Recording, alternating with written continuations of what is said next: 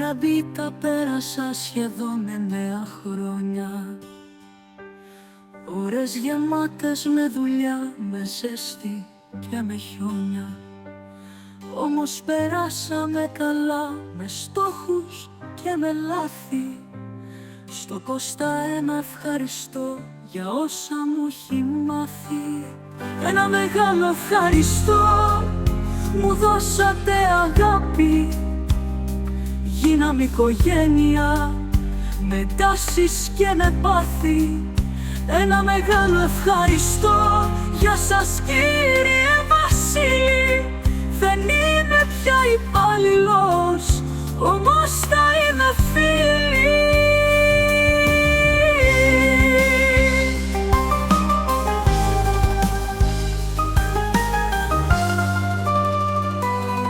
Συγγνώμη στα κορίτσια μου που πίεσα λιγάκι, μα για να φτάσεις κορυφή χρειάζεται νεράκι. Ένα μεγάλο ευχαριστώ, μου δώσατε αγάπη. Γίναμε οικογένεια, με τάσεις και με πάθη. Ένα μεγάλο ευχαριστώ για σας κύριε Βασίλη.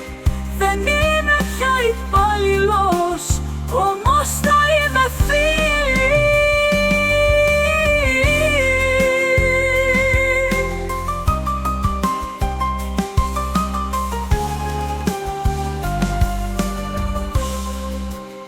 Συγγνώμη στα κορίτσια μου που πίεζα λιγάκι, μα για να φτάσεις κορυφή χρειάζεται νεράκι.